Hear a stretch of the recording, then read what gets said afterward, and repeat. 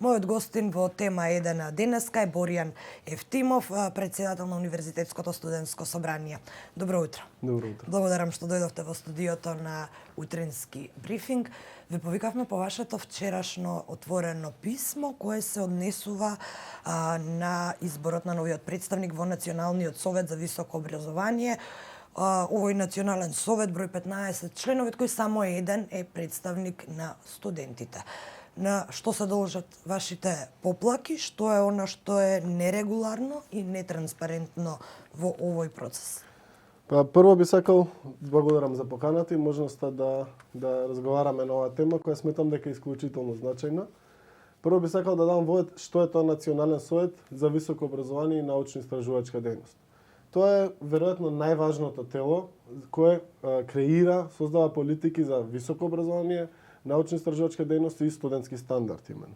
Според Закон за високо образование, Националниот совет за високо образование и научно-истражувачка дејност се формира заради обезбедување, оценување, развој и унапредување на квалитетот на високото образование и научно-истражувачката дејност. Квалитетот моментално знаеме каков е. И високо образование и научно-истражувачка дејност со години и години тонат надоле. Така што тоа е реалната состојба. И овој Национален совет е тој кој треба да ги креира политиките, кој ќе не извади од калта во која се повеќе и повеќе одиме надале. Колку може да влија еден студент внатре во ова тело ако знаеме дека се 15 членови од кои само еден е студент? Се слуша ли гласот на студентите внатре во телото? Ова тело за прв пат ќе се формира, така што во минатото не се слушало бидејќи не ни било активно, иако според Закон за високо образование уште 2018 требаше да биде формирано. Меѓутоа ете знаеме како функционираат работите во државата, особено во образованието. Гласот номинално на студентот 1 наспроти 14 не е многу силен. Меѓутоа многу е силно тоа што тој студент внатре ќе представува 50.000 други студенти. Така што останатите 14 членови ќе биде лудо да не го следат тоа што разговара, тоа што дискутира студентот, тоа што го бара. Се разбира доколку не може институционално да се решат проблемите, тогаш тој студент ќе може да укаже и на неработењето на самиот Национален совет. Меѓутоа доколку нема ниту еден студент, тогаш не можеме да знаеме како внатре се работи. Да се задржиме на овој избор, избран е Димитар Стефчев, единствен студент. Зошто се буните за нерегуларност? Што е нерегуларно ако е тој единствениот кој се пријавил? Студентот, без разлика кој е, се избира од страна на Интеруниверзитетската конференција. Интеруниверзитетска конференција е јавно-правно тело на кој учествуваат ректорите на сите акредитирани универзитети во државата, председателите на универзитетските студентски собранија на истите универзитети и 20 професори од редот на наставните кадри во државата. И ова тело има широки надлежности, меѓу кои и избор на представници на академската заедница, вклучувајќи ги студентите нели како еднакви членови на академската заедница во органи и тела како што е Национален совет, Одбор за акредитација, Одбор за евалуација. Ние имаме повеќе проблеми со конкурсот и начинот на кој што беше распишан. Прво, Универзитетското студентско собрание уште од негде 10 јули активно бара да се формира овој Национален совет. Впрочем, тоа го одредивме како приоритет во Декларација за млади образование и иднина која објавивме пред изборите, која подпиша сите релевантни политички. Што го кочеше овој процес? Нашиот мандат почна во февруари. Ние до јуни, мислам дека е така, до јуни немавме никаква комуникација со Министерство за образование и наука. Одбиваше да комуницира, така што мислам дека во тие претходните 2 години неволјата кај Министерство за образование и наука, тогаш беше министер Арбер Адеми, и тотална катастрофа беше. Сега се обидовте повторно? Пред изборите ние не се обидовме, туку ги натеравме политичките партии. ВМРО СДСМ представници нивни подпишаа декларација дека ќе се формира тој Национален совет. Така што на некој начин баравме. Нашите барања продолжува и во следниот период. И на првиот состанок со новата министерка за образование и наука баравме да се формира Националниот совет, баравме од ректорот на нашиот универзитет како председател и на Интеруниверзитетската конференција да го распише конкурс. Значи 3-4 месеци веќе ние активно постојано потенцираме за важноста на овој Национален совет. Постојано одговорот беше од страна на председателот на Интеруниверзитетска конференција и воедно ректор на УКИМ дека конкурсот ќе се распише. Ние бараме, он не одговара, конкурсот ќе се распише. И така играме пинг-понг. До на 6 октомври, последен пат имавме состанок, каде што ние повторно побаравме да се распише овој конкурс.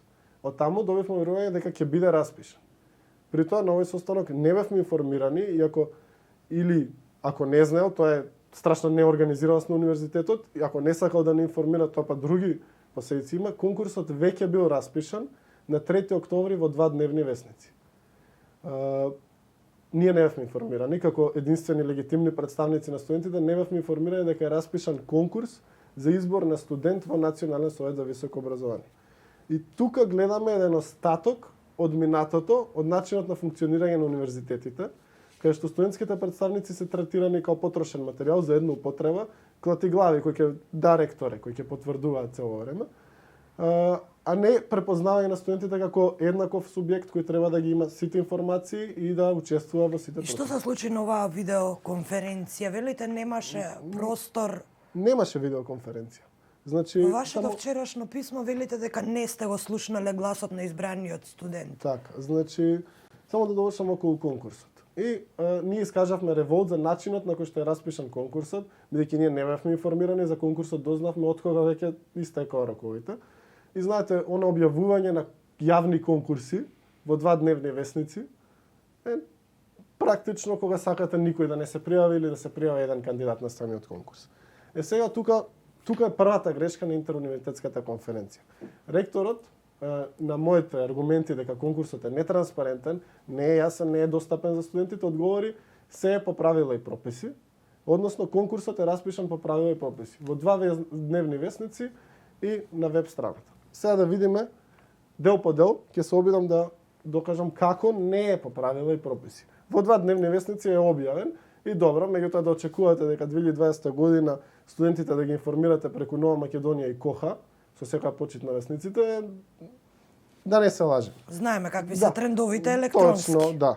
И сега ќе одам дел по дел. Според статут на Интеруниверзитетска конференција, член 34, став 3, јавниот повик од став 1, во став 1 се објаснува дека јавниот повик за Национален совет за високо образование. Значи, јавниот повик од став 1 од овој член го утврдува и објавува Интеруниверзитетската ректорска управа. Го објавува на својата веб страница и во 2 дневни весници. 2 дневни весници во ред. Веб страница. Сега да најдеме кај е веб страницата на Интеруниверзитетската управа. Закон за високо образование. Закон за високо образование во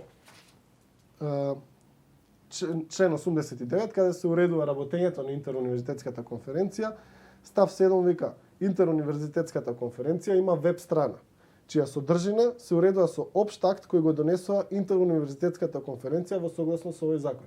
И сега веќе гледате како влагаме лавиринт, повикува на еден па на друг акт. И практично секој од секого зависи. Класичен бирократски лавиринт. Лавиринт. Меѓутоа, исто така, има извест од секој лавиринт.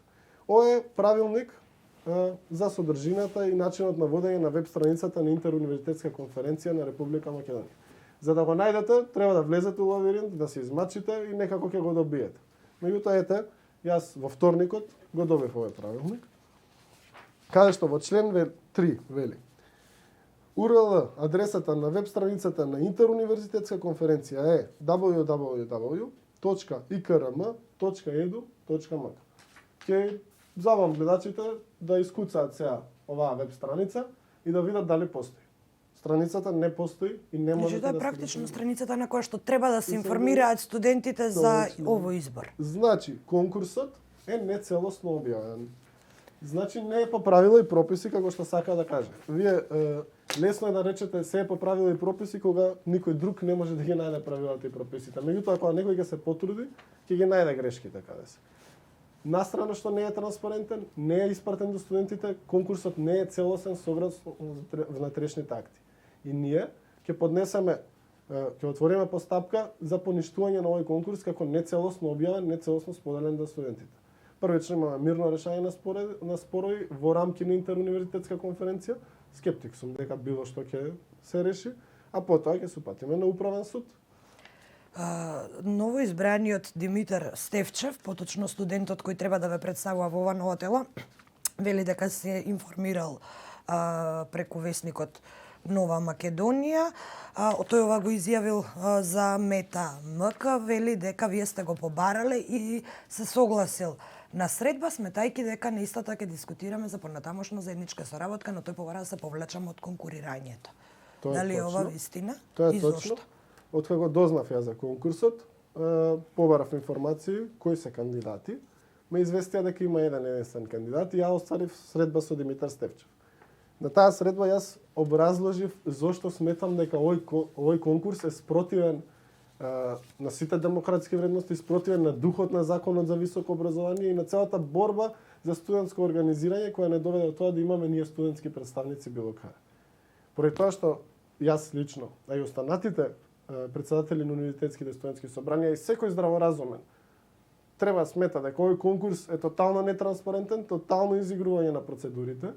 Побарав од Димитар да се повлече и тој да разбере зошто барам да се повлече од него. Бидејќи конкурс И да се пријави повторно на еден нов конкурс. за да се распише нов конкурс во демократска, транспарентна постапка, достапна до сите студенти, па нека се кандидира секој студент што сака. Потоа ќе се избере најсоодветниот кандидат. Ваквиот начин на избор според мене е неправилен. Тоа го искажав и на интеруниверзитетската конференција. Ме прашавте како се одвива одлучувањето. Интеруниверзитетската конференција одлучува нели на седници, изборот во вакви тела е со тајно гласање. И сега светската пандемија се искористува на некој начин за тие седници да се заобиколат. Да се одложат или да се префрлат онлайн? Да се префрлат онлайн, меѓутоа се префрлат по мејл. Значи дискусијата се сведува на reply all на мејл. Таква дискусија вие не можете Тоа практично и не е дискусија Не е со оглед дискусија. на фактот дека веќе има алатки наменети за дискусија. Апсолутно. Постојат видеоконференциски средства и ние како универзитетско студентско собрание 10 месеци држиме седници на преку такви средства користи. И цел свет мислам ги користи. Така што ете беше организирана седница со гласање на мејл, каде што за првите 4 точки кои беа други од процедурална природа се гласаше преку мејл, а за петата точка избор во Националниот совет се гласаше со физичко присуство. Значи само се доаѓа се гласа во просториите на УКИМ во определен ден од 11 до 4 по час. Какви се Без очекувањата дискусија, без за иднината? Споменавте дека ќе реагирате на ова, дека ќе го спорите овој процес. Какви се правните изгледи? Дали е возможно да се оспори, да почне целата оваа постапка од почеток? Меѓу другото, дали очекувате овој пат да ни идете на соработка од новата министерка за образование? Па, прво, министерот не одлучува по вакви управни постапки.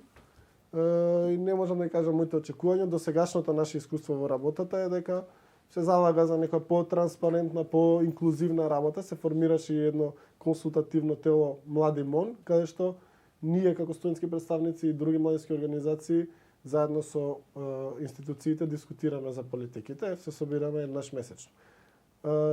За оваа работа, прво, како што реков, имаме мирно решавање на спорови согласно статутот на интеруниверзитетска конференција. Меѓутоа, гледајќи како се одвиваше гласањето за избор на студентски представник, не очекувам нешто различно да биде и мирното решање на споровите.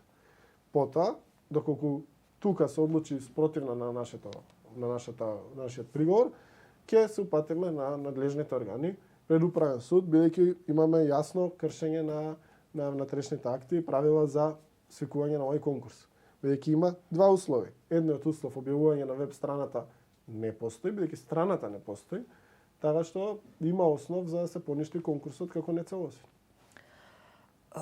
Какви ефтимав, што се случува генерално во образованието со сите избори? Сведоци бевме во 2016-та, вие дојдовте на почетокот на оваа година на чело на студентското собрание, а во меѓувреме пројде и еден ректорски избор и тој не помина без скандали, без поплаки. Иако сите можам да кажам дека очекувавме промена барем во начинот на кој што се одвиваат сите овие процеси, тоа не се случи. Таква е и вашата перцепција? До кога со скандали ќе бираме па и студентски собранија, и ректори, и сите тела што се поврзани со високото образование? Веројатно последните 10 години, барем ја откога памтам, единствени избори кои поминаа без скандал се студентските избори лани во ноември и декември. Сите други избори беа скандализирани на еден или на друг начин и тоа ни кажа каква е состојбата во високото образование во Македонија. Ние тука имаме различни принципи и различни погледи кон светот. Тоа се гледа и од овој избор. Од една страна имаме раководните кадри на универзитетот и на интеруниверзитетската конференција, од отворени преку ректорот, кој има различни принципи. Очигледно тој не смета дека постапките треба транспарентни, достапни за сите, инклузивни, туку гледа како може процедурата да се изигра и да се дојде до крајно решение. Чисто формално следење на процедурата, иако видовме дека не е ни формално следење на процедурата. Од друга страна, ние као студенти не се согласуваме со ваквиот начин на функционирање. Ова се остатоци од претходниот систем на функционирање, кај што студентите беа потрошна роба. Сега ние се бориме да се смени тоа.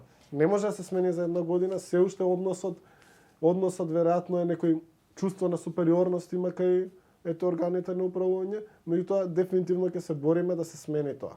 Ако не се бориме во оваа ситуација, после ќе продолжат на ист начин да се однесуваат кон нас. Значи мора еднаш да се пресече и да се сопрат ваквите начини на действување. Без разлика дали тоа е за национален совет или за друго прашање.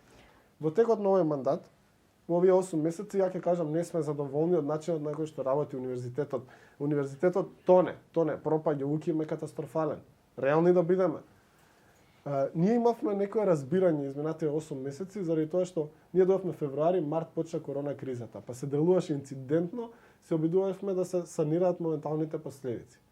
И заради тоа имавме разбирање за сите оние заостанати проблеми што не се решија веднаш. Меѓутоа, од ваквите постапки на ректорот, ние гледаме дека всушност не ни имало волја, туку се искористила пандемијата за да се одложат некои важни процеси на решавање на проблемите на универзитетот. Како ќе го оцените овој корона период, бидејќи ја споменавте веќе кризата, се е префрлено онлайн, како што веќе споменавме, а веќе имавте и по медиумите и ваш став за тоа дека не сте оптимист за онлайн полагањето во смисла на квалитетот. Точно. Се уште го имате истото мислење? Во однос на полагањето, тоа е факт, не може да негираме дека полагањето онлайн е послаба гаранција за квалитетот. Меѓутоа, ете такви се околностите, наистина е лоша ситуацијата. И таму каде што професорот, како автономен субјект во академската заедница и во однос на неговиот предмет, ќе одреди дека има услови за онлайн полагање, ние не се буниме против тоа. Нашиот протест, односно реакции беа кога тогашното Министерство за образование и наука директно удри во автономијата на професорот и одлучи тоа со општ акт дека сите испити ќе се полагаат онлайн. За такво нешто апсолутно не можеме да се согласиме. Меѓутоа, хибридниот пристап за моменти на криза е во ред и секој професор, бидејќи тој е врховен авторитет во својата материја, треба да одлучи дали има или нема услови за онлайн полагање. Од друга страна, за наставата, може да кажам дека во ред и окей се справи универзитетот и 80, 85, 90% од студентите следат онлайн настава преку видеоконференцијски средства. Значи, можело кога се сака да се воспостави таква врска. А од овој семестар и практичната работа се изведува во мали групи согласно протоколите. Така што, во однос на кризата конкретно, универзитетот се справи добро, меѓутоа со импровизација. Нас не требаат некои стабилни решенија, токму затоа и ние бараме унифицирана платформа за далечинско учење на целиот универзитет и дигитализација на администрацијата, која е далеку и сега со новата проректорка се надевам дека полека од февруари, март ќе имаме дигитална администрација на универзитетот и платформа за далечинско учење. Споменавте дека истите слики ги гледаме повторно, истите ситуации, истите скандали и натегања околу изборите. Сакам да ве прашам во овие последни 3 години дали е било што променето во високото образование? Не. Во однос на квалитет не е ништо променето. Дури може би и оди надале. Единствената промена е изминатата година со конституирањето на факултетските студентски собранија и универзитетското студентско собрание. Овие тела се нови и уште се учат како да функционираат во системот, уште ја градат својата моќ, ја градат својата база и како за беља у првата година од функционирањето се погоди и корона кризата. Така што тоа е единствена промена, меѓутоа далеку доволна. Токму затоа и ние се бориме овој национален совет да биде легитимен, да биде со интегритет, за да може да ги креира овие политики. Значи тука имате препораки за подобрување на образованието, креирање на стратегија, креирање на модел за финансирање, креирање на модел за унапредување на научна дејност. Се ова се надлежности на Националниот совет. Националниот совет е простор каде што институциите, власта и академијата ќе се сретнат како не би се нарушила автономијата.